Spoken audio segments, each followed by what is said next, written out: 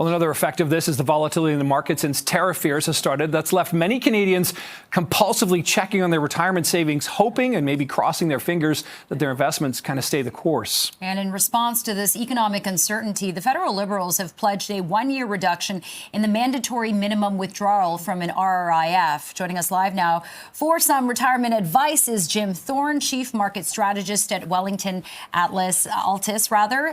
Thank you so much for joining us this morning to talk about it. I'm sure many people, those that might not be working right now, are looking at their retirement savings plans, their portfolios, panicking, thinking, what do I need to do? So what's kind of your first word of advice to people just obsessively looking right now? Well, first, it's quell your emotions. Yeah. Second is investing is about looking into the future. Let's look 5 to 6 quarters out. Third, last time President Trump said it was a good time to buy was Christmas 2018, and in 6 months, the market was up 24%. Mm-hmm. So if you stand back and start and take a look at this objectively, the market always goes down, typically goes down 10% a year. I mean, every year we have a drawdown, and everybody thinks it's the end of the world. Mm-hmm. This was a little bit different because of what Mr. President Trump did at the Rose Garden, right? And everybody's freaked out about him calling, 51st state and sovereignty and all that type of stuff. Ignore it. Let's take, when I lived in D.C., and the line was, take President Trump seriously, not literally. So the United States has to adjust. It can no longer finance the world. Mm-hmm.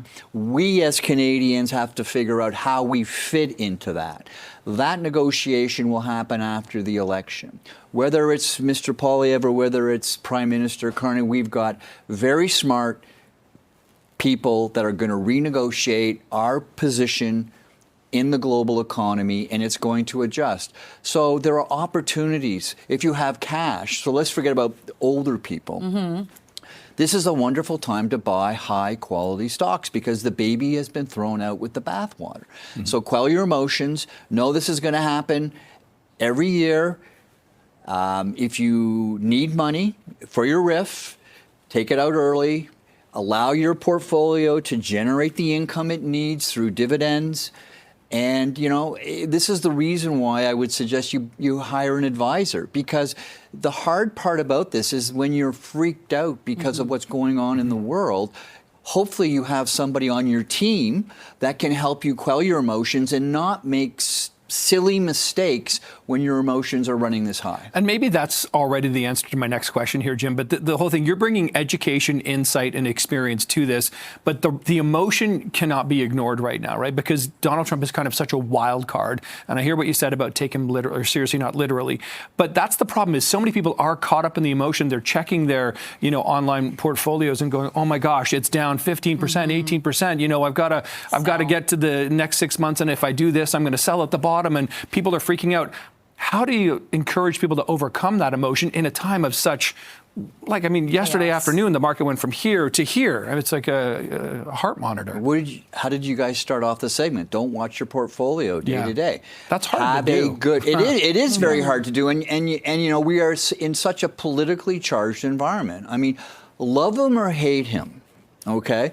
Prime Minister Trudeau, or ex-Prime Minister Trudeau, he's one of the best campaigners in our generations. Mm-hmm. He was right to take President Trump's off-the-cuff comment about sovereignty and make it an election issue. Mm-hmm. Mm-hmm. And Mr. Carney has added to that. Yeah. And that would be rational if you are a politician, right?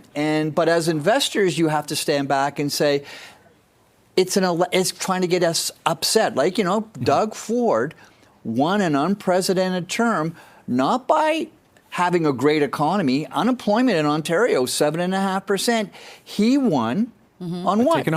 Taking on Trump. And I'm still waiting for my buck of beer from the guy. Right? Yeah. I mean, so we get emotional, and you've got to understand people manipulate our emotions to achieve what they want to achieve. And I'm not disagreeing or disparaging the politicians. They do what they need to do. Yeah. But I think as investors and as citizens have to understand, and Mr. Carney is a really smart man.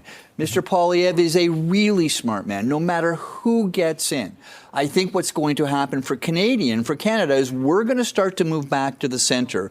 and embrace the private sector. And for Canadians, what we have to ask ourselves is how do we fit into this new world? And it's going to be a new world. Yeah. So how do you want to invest and how do you want to position our portfolios? Yeah, and as you said, there are opportunities to be had. And you talk about this new world being a multipolar world with kind of the United States being the parent, like, hey, I can't support you anymore, kids. I've got problems of my own. But when you look at the tensions right now escalating between Chinese and U.S. tariffs, these are two countries, well, let's face it, China cares about face. President Trump cares a lot about face. Doesn't seem like they're backing down. Where does Canada fall in the mix of this and the rest of the world, even though there's this 90-day pause on these universal 10% tariffs right now?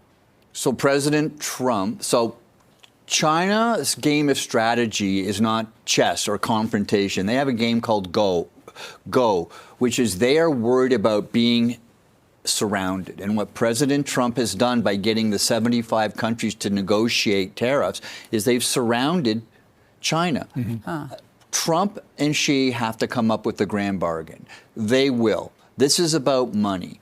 China has a weak, unbalanced economy. China's dollar or renminbi is pegged to the U.S. dollar.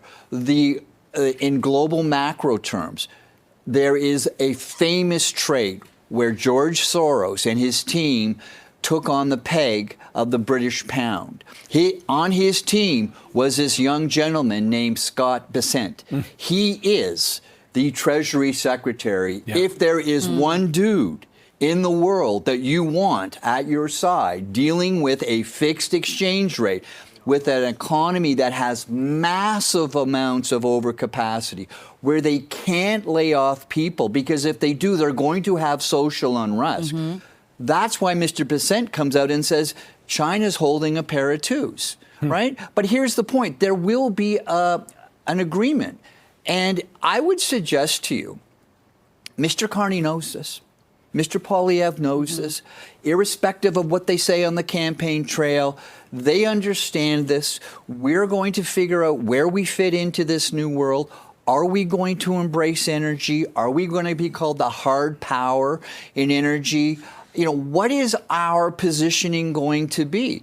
But we are going to grow. We are in a massive innovation wave. And so if you look at it that way, that was the point of the article. When you look at the fact and you frame yourself in the sense that this is okay and take advantage of the chaos, then you can build your portfolios going forward. But if you are upset and if you are selling now, Yeah. it's really hard for you to achieve your financial goals. So the opportunities are out there if you can see it and if you can do it. So Yes, appreciate this. Jim, thank you so much this morning. Appreciate the insight. Thank you so much. Thank you very much. Nice to meet you. Thanks so Nice much. Could have talked all day Yeah. with you. Thank you so much. Exactly. Appreciate that.